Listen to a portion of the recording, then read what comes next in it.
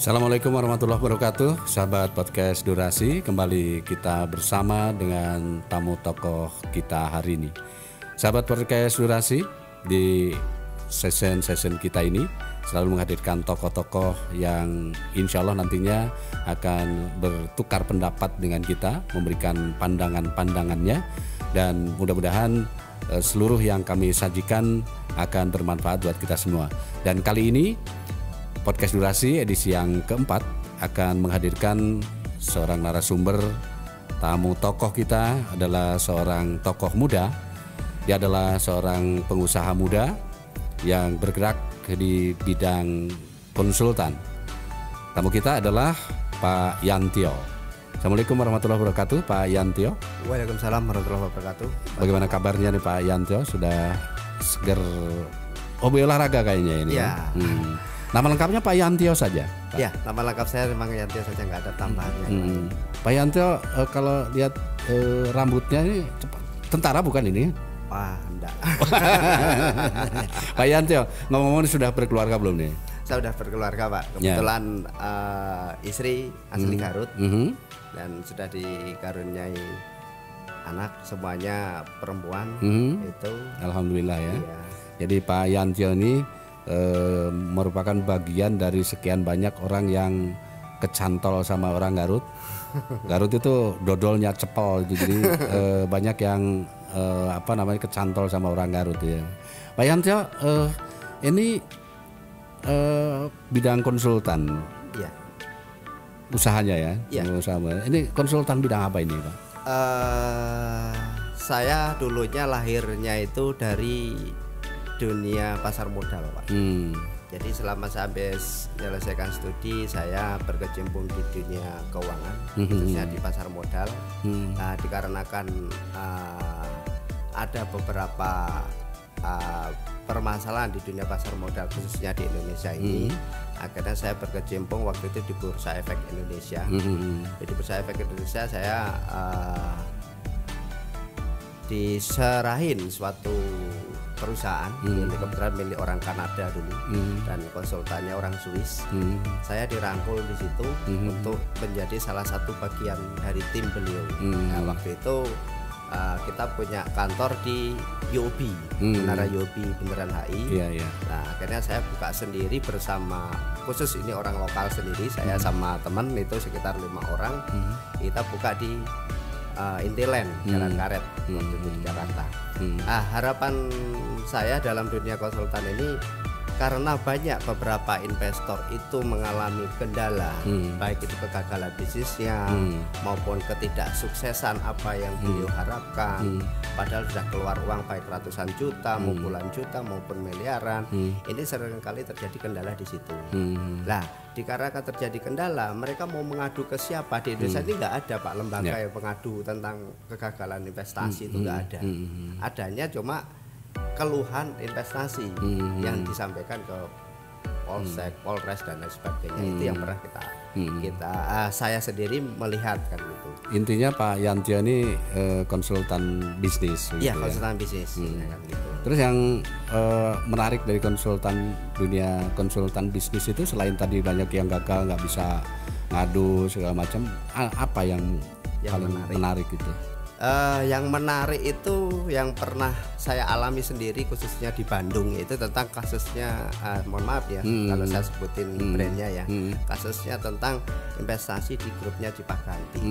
Ini pernah saya salah satu sebagai konsultannya, konsultan krisis centernya, Pak ya, bukan konsultan Cipaganti ya, krisis center itu adalah bentukan dari beberapa investor yang mengalami kegagalan. Itu salah satunya, banyak beberapa yang harus kita tangani. Nah, yang menariknya ya memang sebelum permasalahan ini lari ke lembaga yang lebih lanjut lagi, seperti ke pengacara maupun ke Polsek, ke Polres, itu kita sendiri, Pak, yang membantu penyelesaian secara istilahnya sebagai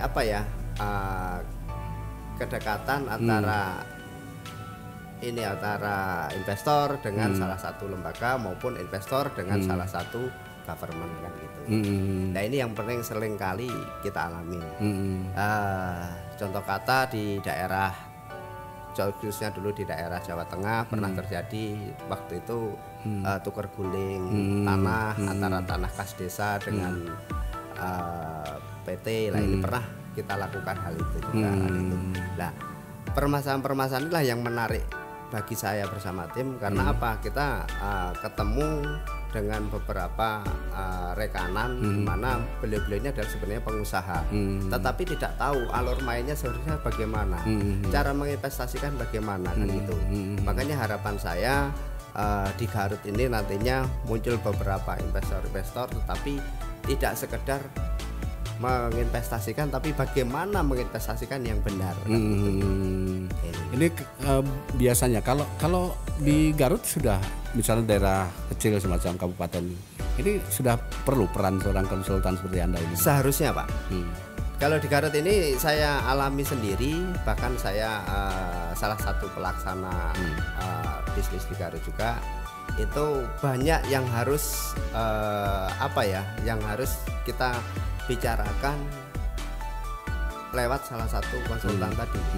Ya, nah, kebetulan saya sendiri konsultan, jadi saya bisa memahamin apa karakter masyarakat di sekeliling areal saya, apa karakter masyarakat istilahnya muspida setempat. Akhirnya saya memahami akan hal itu.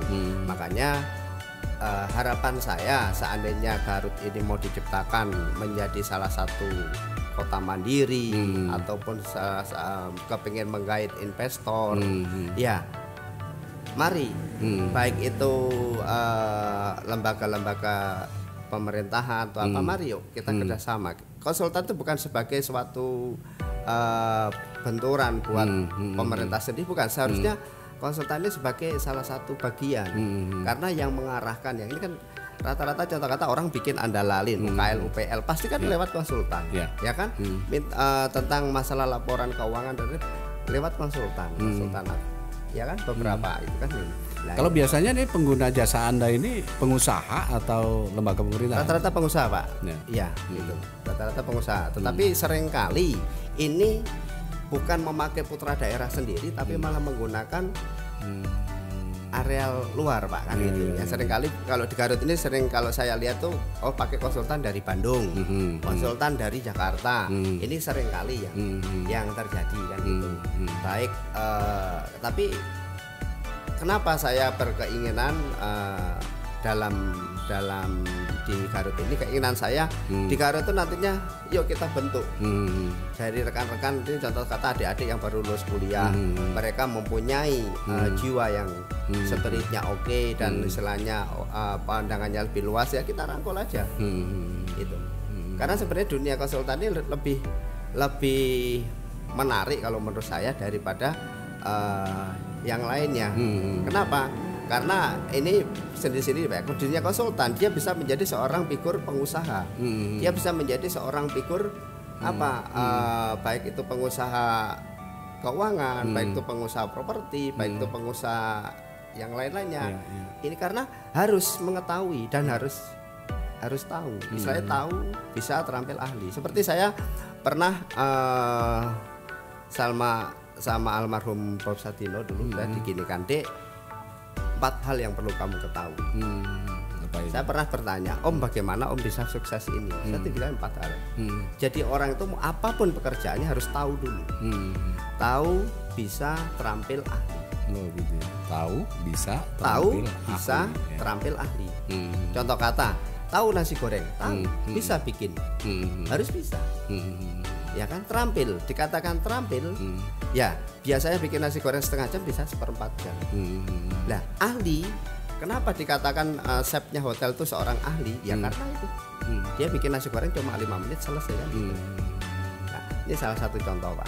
Makanya semua pekerjaan, baik itu pedagang, baik itu pengusaha, baik itu pebisnis dan lain sebagainya, ya tahu dulu, tahu, bisa, terampil, ahli. Udah ini aja kuncinya. Pak, sebagai konsultan itu biasanya ada perbedaan pola pikir atau perbedaan pandangan atau perbedaan mensikapi suatu persoalan. Ini pernah nggak misalnya Anda sampai gagal gara-gara misalnya pengguna jasa Anda ini nggak nurut sama Anda misalnya? Kegagalan yang kita alami seringkali mentoknya benturan di bukan klien kita Pak ya, tapi seringkali dengan pihak luar. Eksternal. Pihak luar, contoh kata gini, padahal seorang investor ini mengadu ke kita, bagaimana Pak dana kita bisa kembali dan lain sebagainya. Bagaimana Pak kegagalan kita ini bisa ini. Di saat kita menindaklanjutin di lapangan, itu seringkali terjadi, oh ternyata ada gangguan ini. Salah satu contoh pengusaha properti. Dia menyampaikan, Pak tolong bantu saya. Saya tuh sudah miliaran saya investasikan dana saya untuk bikin properti di satu wilayah. Tetapi yang terjadi apa? Sesudah oke, kalau gitu gimana? Ya sudahlah, diserahkanlah suatu objek itu untuk kita kelola dan sebagainya. Tapi yang terjadi ya itu tadi. Ternyata di saat kita menurunkan tim, saya sendiri yang terjun ke lapangan ini, ternyata banyak kendala-kendala yang harus dibereskan. Ini seringkali dialami para investor ini adalah kendala di lapangannya, Pak. Kendala di lapangan itu biasanya apa saja itu? Kendala di lapangan contoh kata gini, keinginan suatu masyarakat ini, karena dulunya seringkali nih Pak, mohon maaf nih ya. Oh, kalau ada masalah suatu perusahaan ini dikit-dikit amplop, dikit-dikit amplop. Nah, karena tidak keberanian seorang pengusaha tadi menyelesaikan suatu masalah, taunya ya sudah backingnya, taunya ya sudah di belakangnya siapa yang dipercaya itu. Tapi ternyata cuma sekedar amplop. Sedangkan harapan para beliau-beliau ini yang di luar ini, harapannya Pak bukan itu sebenarnya, harapanku bagaimana penyelesaian. Nah inilah kadang yang menjadi perdebatan di awalnya Pak. Tapi sesudah kita memahami akan hal itu, kita enak, tinggal jalan, akhirnya ya terrealisasi lah. Jadi masih banyak di kita itu yang sering berpikir instan gitu ya.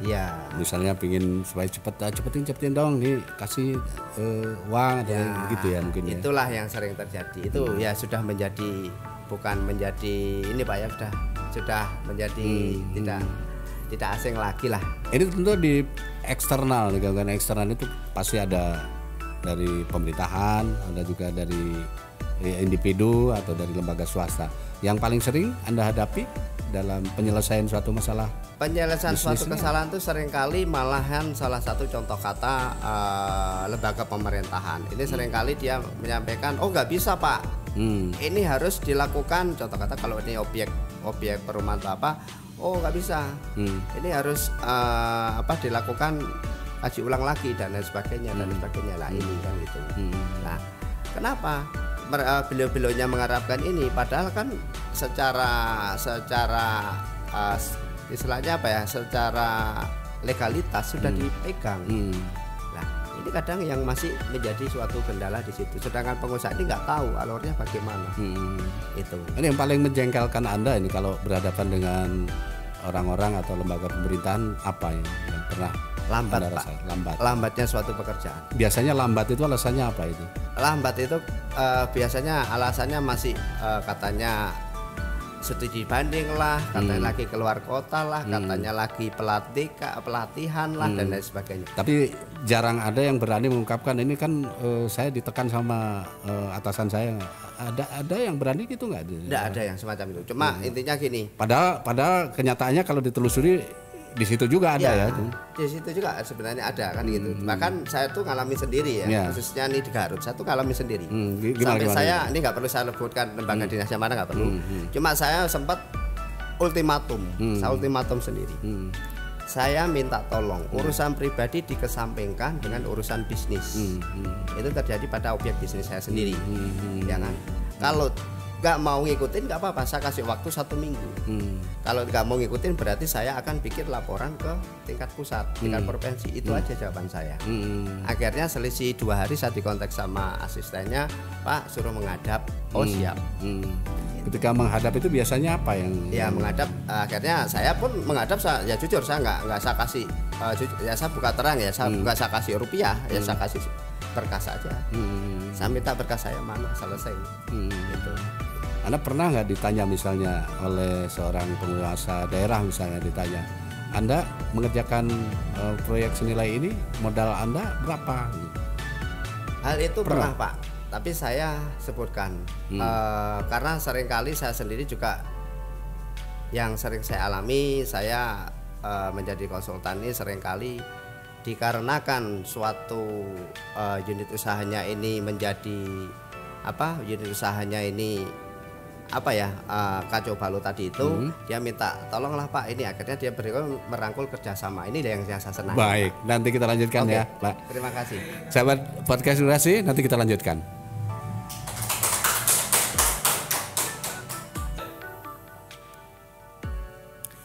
Baik, sahabat podcast Durasi, kita lanjutkan perbincangan, dan saya agak menarik sekali tadi yang kita bicarakan terakhir itu.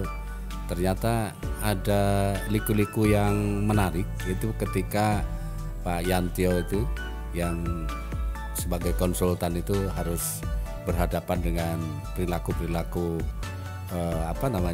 pelaku ya. Misalnya salah satu contohnya ketika harus berhadapan dengan lembaga pemerintahan atau orang-orang pemerintahan, itu tadi sudah dimulai.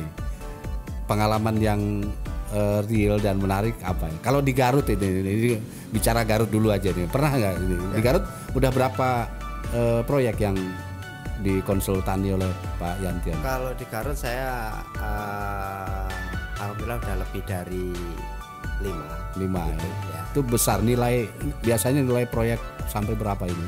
Nilai proyek terbesar itu berapa ya waktu itu ya, sekitar 80-an Pak. 80 tapi swasta Pak, miliar ya, tapi swasta semua gitu.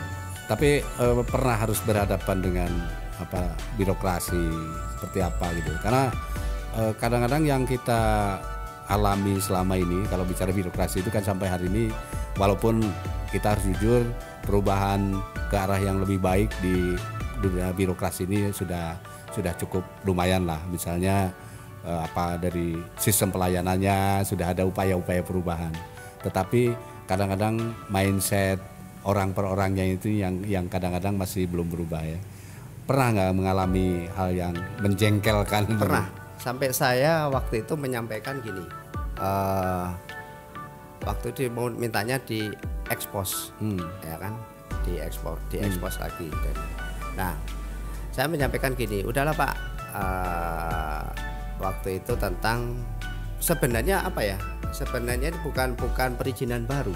Sebenarnya ini untuk memenuhi persyaratan tambahan, dikarenakan dulu dapatnya suatu lahan ini dari lelang, ya kan, karena lelang kan kadang yang diberikan tidak semuanya dari ini, tapi karena harus ada ditempuh di ini, itu ada beberapa poin yang seperti tadi saya sampaikan, padahal sudah mempunyai legalitas yang pokok, tapi tetap aja masih dilakukan pengejaran tentang hal itu. Dan saya sempat mengatakan gini, udah kalau mau ekspor dan lain sebagainya nggak apa-apa, ekspor yang dibutuhkan apa kan gitu.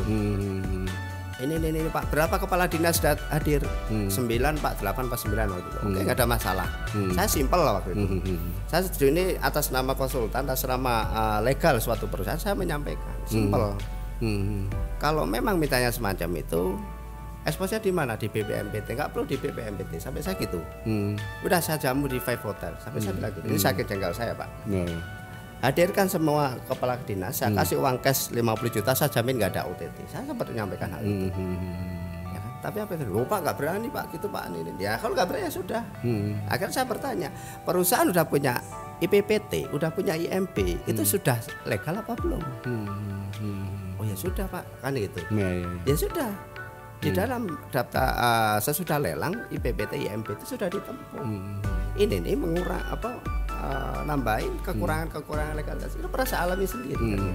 Nah, inilah kadang yang hadir itu sebenarnya bukan kepala dinasnya langsung, tapi malah staf-stafnya, tapi nggak tahu ditanyain dari mana, dia masih A I U E O kan itu lah. Udahlah, tahulah kita mainnya semacam itu kan. Sekarang kan banyak yang pakai seragam PNS dan lain sebagainya, ternyata mereka ternyata honorer atau apa, datang ke suatu lembaga, ke suatu ini, ya nggak perlu ditakutkan. Kalau saya saran sama teman-teman pengusaha di Garut, nggak perlu takut, ya.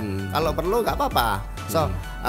Saya terbuka kalau memang membutuhkan konsultan, saya bersama tim, ya silakan terbuka, nggak apa-apa. Gitu.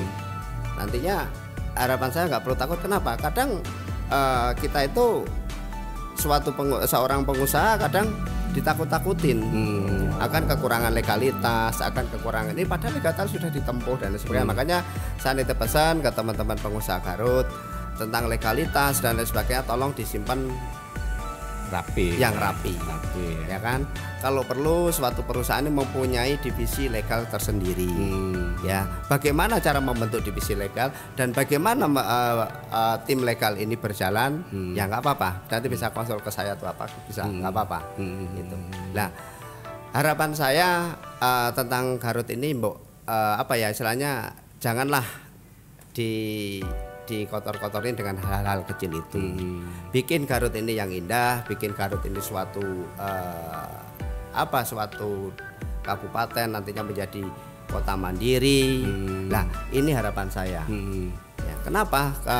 Karena saya mengharapkan Garut ini lebih tertata lagi, ya. Saya nitip pesan mungkin dari beberapa dinas terkait tentang masalah saluran air, ya kan, seringkali ini tersumbat. Nah, itu bukan karena apa? Karena kalau menurut saya kurangnya penataan, ya, kurangnya penataan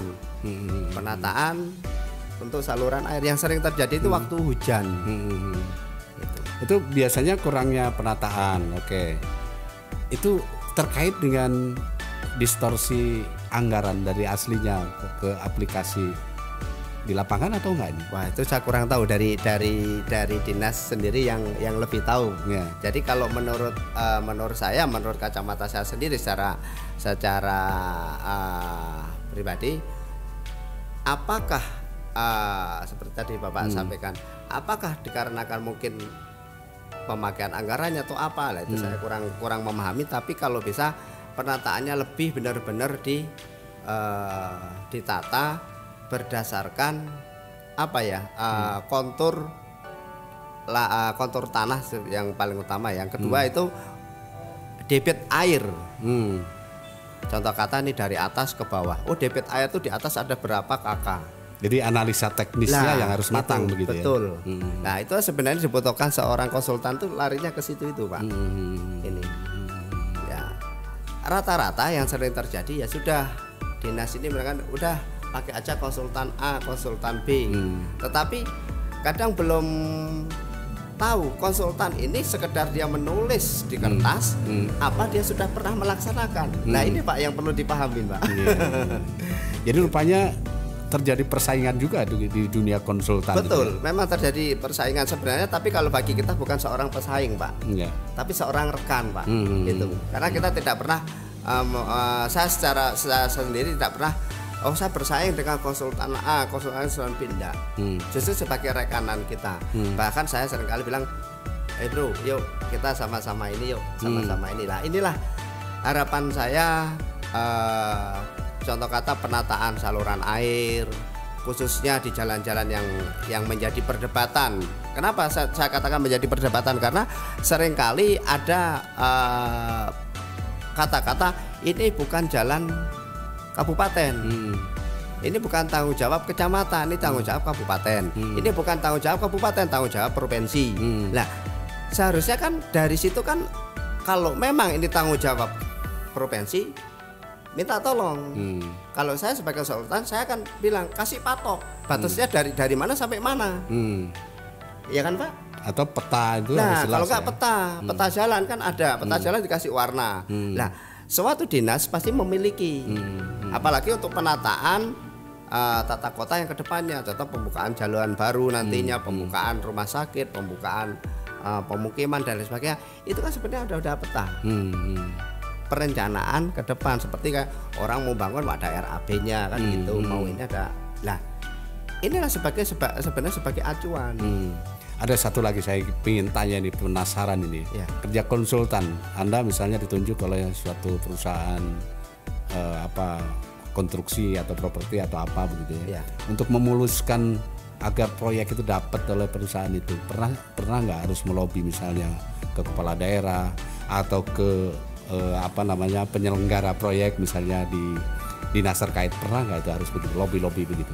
Kalau untuk mendapatkan suatu tender atau proyek, saya kebetulan alhamdulillah selama ini saya tidak pernah mengajukan, baik saya secara EPT maupun CV saya maupun secara ini, tapi rata-rata saya malah mendapatkan penawaran langsung Pak, dari salah satu PTA, PTB ini.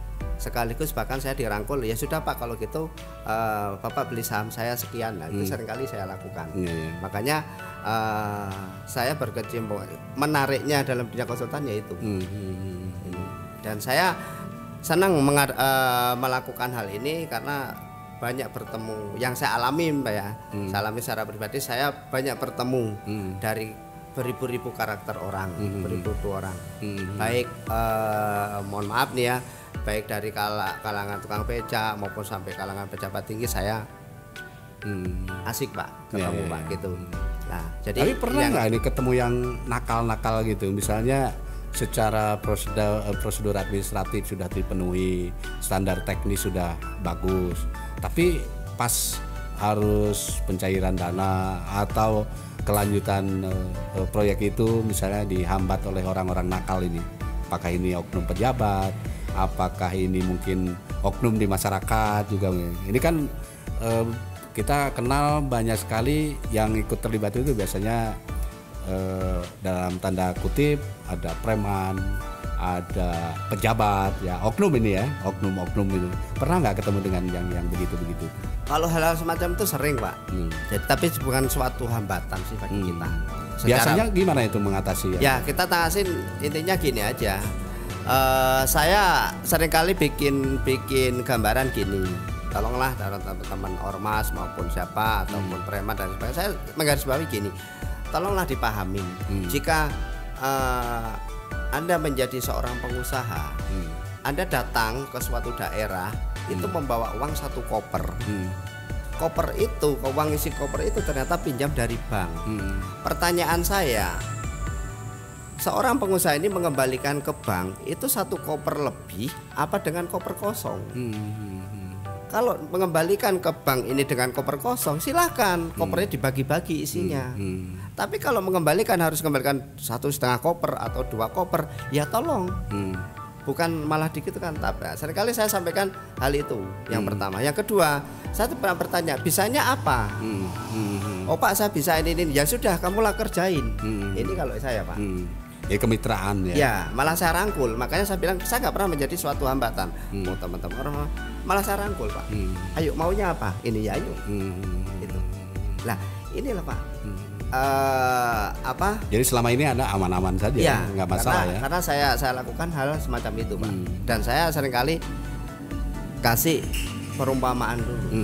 Umpama Anda pegang uang sekian ini, uang itu pinjam, kembalikannya plus bunga apa tanpa bunga, misalnya kan gitu. Nah ini Pak. Tapi kalau oknum pejabat pemerintahan biasanya permintaan mereka apa ini biasanya? Kalau oknum pejabat pemerintahan itu sebenarnya mereka nggak minta yang muluk-muluk Pak. Sebenarnya sih Pak. Paling kalau kita mau terang-terangan ya, mereka beliaunya paling cuma minta sekedar buat rokok, buat jajan, kan itu aja sih sebenarnya. Cuman harus dihormati, itu aja ya. Nah itu, tapi kan namanya ini udah apa ya, agenda suatu ya suatu kegiatan ya. Itu ada biaya entertain itu ada sudah tersedia. Meskipun bukan saya, udah pasti seorang pengusaha yang lain juga melakukan hal itu. Enggak tanpa istilahnya apa ya, enggak mungkin enggak itu kan gitu loh Pak. Tapi biasanya kalau proyek yang nilainya sampai segitu puluh miliar, apalagi sampai tadi ada 80 miliar segala macam, itu biasanya kan peran seorang kepala daerah itu ada itu. Biasanya masih harus ketemu dulu, sowan dulu kan itu? Ya, saya lakukan Pak Mas, silaturahmi dan lain sebagainya untuk hal-hal itu. Tapi tidak harus apa ya, tidak harus formal lah kalau menurut saya. Kenapa? Kita bisa melakukan, bisa secara formal, bisa secara non formal. Bagaimana cara kita membawa Pak? Itu karena kan selama ini ke siapapun lah ya kita kalau bisa dekat sebagai teman, sebagai sahabat, sebagai saudara kan enak Pak. Ya, baik Pak Yantio, nanti kita lanjutkan. Dan saya tertarik nanti, tadi Anda berkali-kali mengatakan tentang kota mandiri. Sahabat podcast Durasi, nanti kita lanjutkan. Baik sahabat podcast Durasi, kita lanjutkan perbincangan kita dengan Pak Yantio. Dan tadi saya sudah sampaikan sebelum jeda tadi, kita akan bicara tadi beberapa kali Pak Yantio itu menyebutkan tentang kota mandiri. Tapi ada beberapa hal yang mungkin tadi ada penjelasan yang masih terpotong, misalnya pengalaman bagaimana menghadapi birokrasi. Ini simpul akhirnya seperti apa? Kesimpulan yang birokrasi sekarang ini menghadapi para investor, menghadapi para pengusaha ini seperti apa ini sekarang pelayanan? Khususnya di Garut atau ya, gimana? Di Garut aja kalau pengalaman di Garut. Oke. Kalau menghadapi beberapa birokrasi di Garut, ya jujur lah, pinter-pinternya kita. Bagaimana menghadapi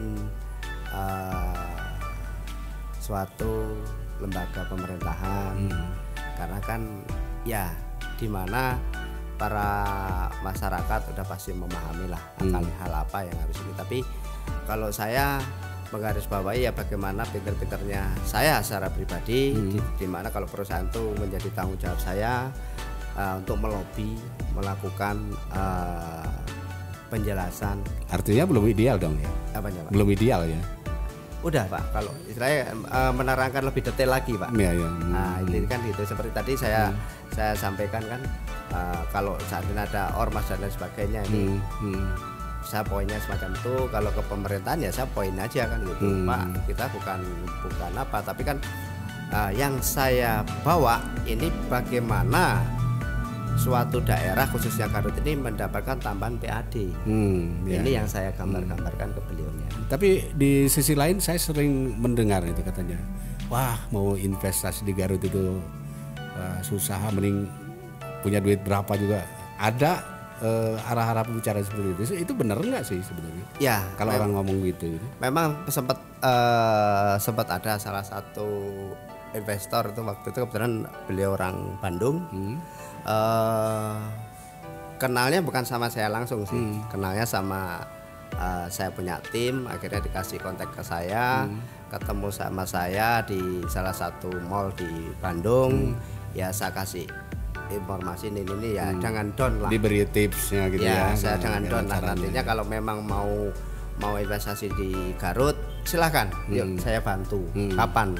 Jangan takut ya. Ya, nggak perlu takut. Sebenarnya Garut ini bukan suatu tempat yang menakutkan, saya bilang gitu. Justru tempat yang indah. Bagaimana kita menerapkan konsep bisnisnya dulu. Nah, itu yang sering kali saya sampaikan ke beliau waktu itu. Artinya prospek ke depan untuk dunia investasi di Garut itu menurut Pak Yantio menjanjikan nggak sih? Di Garut dikatakan menjanjikan, pasti menjanjikan Pak. Kalau nggak menjanjikan, mungkin saya sudah tinggalkan. Ya. Gitu. Kenapa saya katakan ini menjanjikan? Tergantung bagaimana harus membawanya. Sama mungkin saya nggak perlu sebutkan, ada salah satu perbankan di Garut. Itu dulunya tahun 2008-2009 saya yang merintis di suatu daerah, ya di daerah, khususnya di daerah Sumedang ke sana ya, Kadipaten Majalengka itu. Nah, akhirnya juga berbarengan dengan pembukaan di kantor Garut. Nah, itu kebetulan konsultannya saya dulu. Saya dikenalkan yang punya orang Medan, ya, yang komisarisnya orang Cimahi. Nah, itu saya ketemu di kantor di Cimahi, saya sukses tuh ya. Alhamdulillah sampai sekarang masih berjalan itu. Tapi saya sudah tidak berkecimpung di dalamnya. Itu.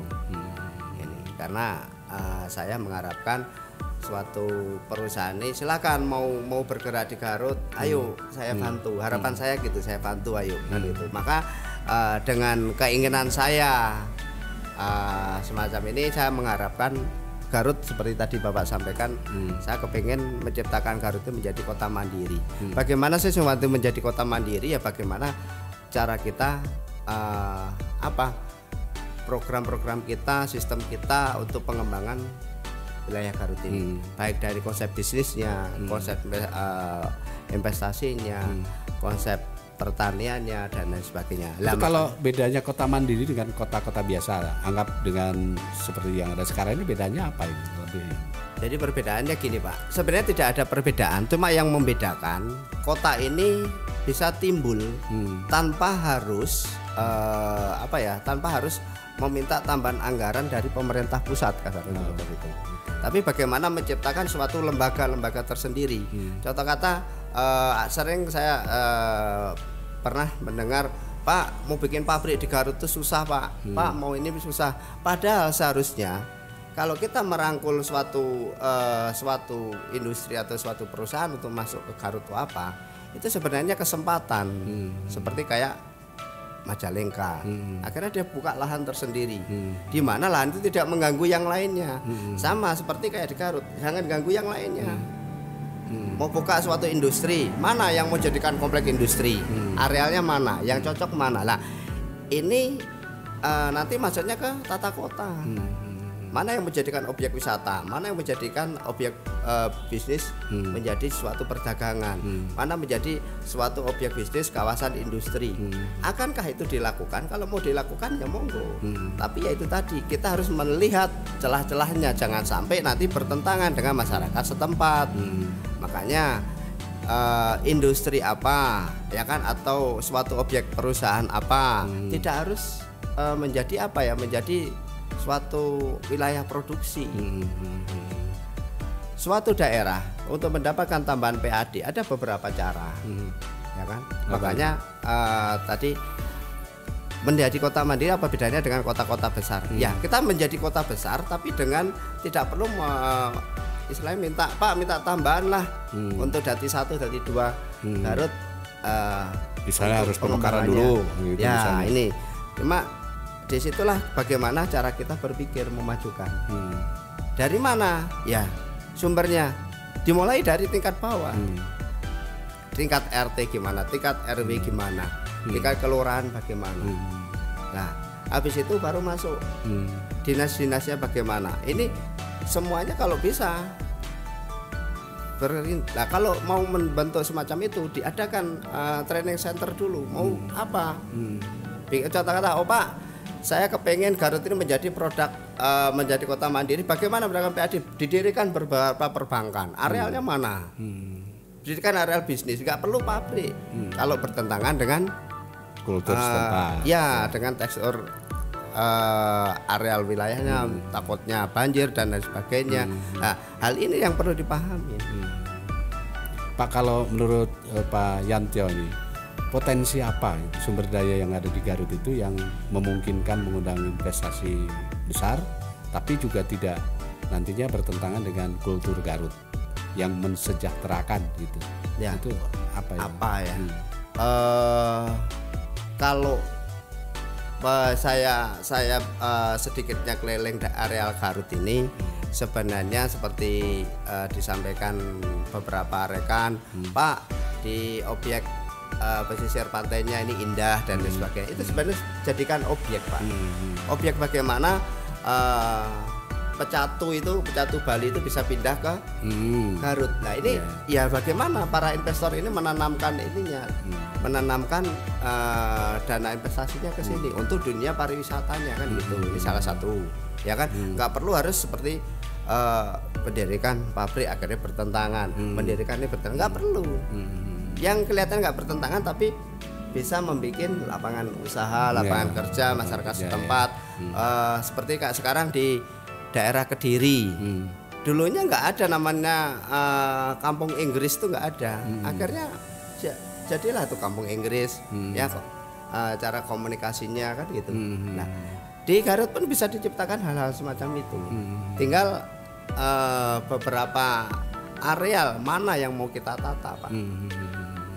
Contoh kata nih, saya sedikit mohon maaf nih ya untuk mungkin rekan-rekan teman-teman dinas yang dikatakan alun-alun Tarogong Garut ya, itu kayak kalau malam mohon maaf nih kayak mati sunyi kan gitu, cuma ada pedagang-pedagang itu. Coba lihat di kota lain, minimalnya Sumedang aja, minimal lampu-lampu hias kan hidup kan gitu. Nah ini kan indah kan gitu, bukan cuma tugunya aja ada tulisan kan gitu ya kan, tapi coba yang areal depan kantor kecamatan itu ada aktivitas, nah dikasih lampu-lampu tuh apa, ada aktivitas, itu malah lebih menarik malamnya kan itu. Kalau menurut Pak Yantio, penataan kotanya masih layak nggak nih? Kan kalau kita lihat di Pengkolan udah sangat crowded itu ya, lalu lintasnya juga terganggu oleh misalnya dalam tanda kutip mengganggunya itu ya, karena memang kebijakannya seperti itu, ada PKL lah, ada itu. Menurut Anda penataannya itu sudah akan seperti apa itu? Jadi gini Pak, kalau masalah penataan PKL dan lain sebagainya sebenarnya kan para dinas kan sudah mengetahui mana yang terbaik, mana yang terindah, mana yang bisa sarana prasarana masyarakat mau melakukan transaksi jual beli ini tidak terlalu jauh, tidak terlalu kata di saya naik angkot turun mau beli baju aja jalan masih 1 kilo ya, jangan sampai semacam itu. Ini sebenarnya bisa diatur, bisa ditata. Bahkan masyarakat saya sendiri sempat bertanya nih, contohnya di mana pasar ini, saya tuh bertanya, Pak ini nggak ada masalah Mas, sebenarnya tinggal bagaimana penataannya kita diarahkan itu kan gitu. Pak, kalau ini kan beberapa tahun terakhir ini kan di kota juga di Garut itu kan sering terjadi banjir ya. Kalau dulu kan ya dengar Garut itu ada banjir saja kan orang sudah bilang aneh gitu kan. Masa iya sih kan. Tapi hari-hari sekarang ini di jalan-jalan di pusat kota pun kalau hujan intensitasnya agak tinggi sedikit itu kan hampir semuanya banjir itu di kota juga. Itu Anda punya pandangan seperti apa? Ya, kalau kita menanggapin areal banjir Pak, itu saya sendiri mengalamin, ya kan, sebagai pengusaha di sini saya juga mengalamin ada protes, tapi sebenarnya bukan dari saya sumbernya, tapi saya nggak ada apa-apalah disalahin, cuma sekedar disalahin kan gitu. Nah, tetapi sudah kita jelaskan, oke, beliau-beliau ini akhirnya memahami. Tapi untuk menindaklanjuti permasalahan banjir, cobalah dari teman-teman dinas atau apa, coba dicek. Dulunya rata-rata dulunya saluran air yang sudah dibuat itu contoh kata kedalaman dulu 1 meter, coba sekarang diukur berapa senti. Pernahkah itu tiap tahun dilakukan uji? Lah, kalau mau menjadi kota mandiri berarti bersumber dari mana? Dari dinas-dinas dulu yang terkait. Dikaryakan. Ya kan? Tiap pagi ada petugas sapu, suruh ngecok lah. Pak meteran dicolok Pak, dipoto. Berapa kedalaman saluran ini? Dulunya berapa? Oh tahun 2018 1 meter. Sekarang tinggal 40 cm. Berarti ada kenaikan 60. Lah 60 cm dibagi selama 2 tahun, berarti setahunnya 30 cm. Lah kalau tambah 1 tahun lagi berarti tinggal 10 cm. Lah gimana air nggak mau ini nggak pasti banjir Pak. Lah itu sebenarnya hal kecil, tapi harus kita benar-benar perhatikan. Ini kenapa di kota-kota contoh kata di Jakarta, di Surabaya, dulunya banjir sekarang enggak, karena kan dilakukan pengecekan tiap harinya. Petugas pembersih jalan pagi itulah suruh kasih tambahan itu aja kan gitu. Ini jadi, minimalnya Pak. Dari obrolan panjang kita itu tadi misalnya bagaimana investasi itu masuk berhadapan dengan kendala-kendala ya, bagaimana potensi sumber daya itu. Terus Bapak juga berulang-ulang menyebut kata kota mandiri. Ini pertanyaan boleh jawabannya boleh gimana saja. Kalau misalnya gitu Tuhan mentakdirkan dipingin nggak jadi bupati nih? Kalau misalnya apa yang akan Anda lakukan? Kalau yang saya akan lakukan mungkin tujuan saya harus tercapai.